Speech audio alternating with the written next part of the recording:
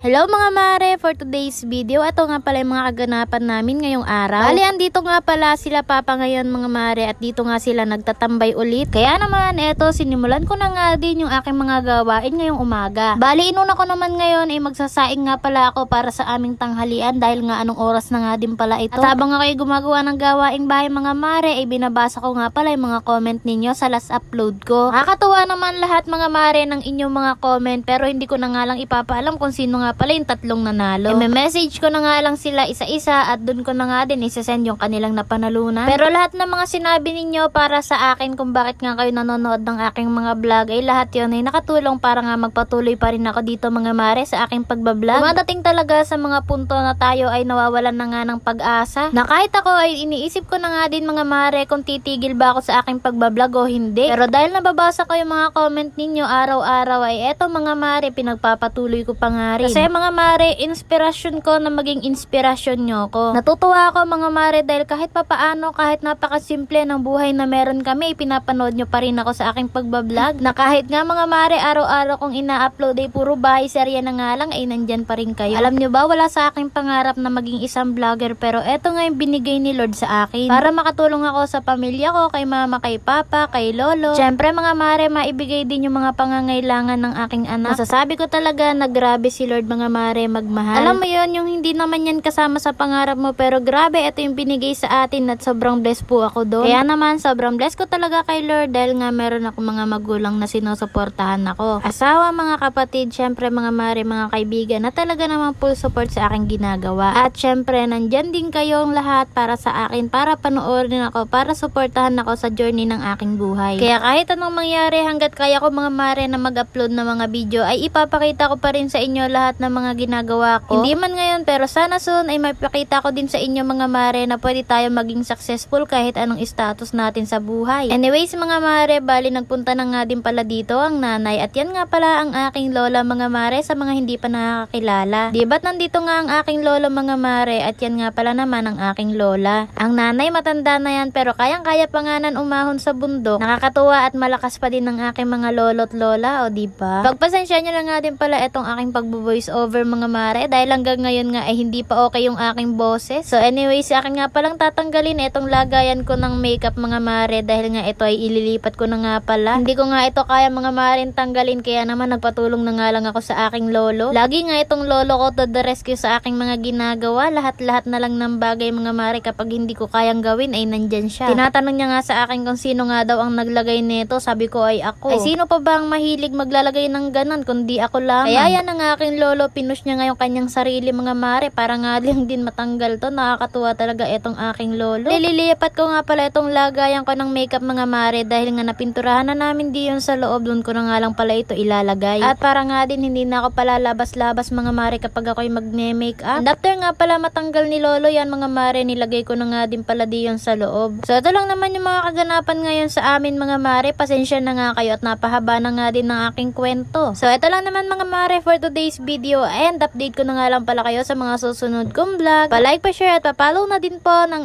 aking page. Yun lang.